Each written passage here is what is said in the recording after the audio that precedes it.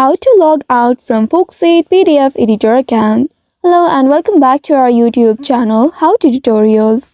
In today's video, I'm going to show you how you can log out of your Foxit PDF Editor account. In order to do so, first of all, open your Foxit PDF Editor application on your mobile device, and if you are logged into your account, you will land on this homepage. Here at the top right, you will be able to locate your profile icon. Once you locate it, simply tap on your profile icon and then you will be taken to your profile page or the account page. Once you reach to this page, here in this page at the bottom, just above this delete option, you will be able to locate the logout option. Now, in order to log out from your account, you just simply need to tap on this logout option and then within a few seconds, you will see you have been logged out from your account. Now, in the future, if you want to log in back to your account, you just simply need to tap on this login option, or you will need to use your credentials in the login interface in order to sign in or log in to your account.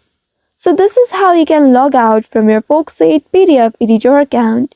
I hope this tutorial was helpful. If yes, don't forget to like, share and subscribe to our channel.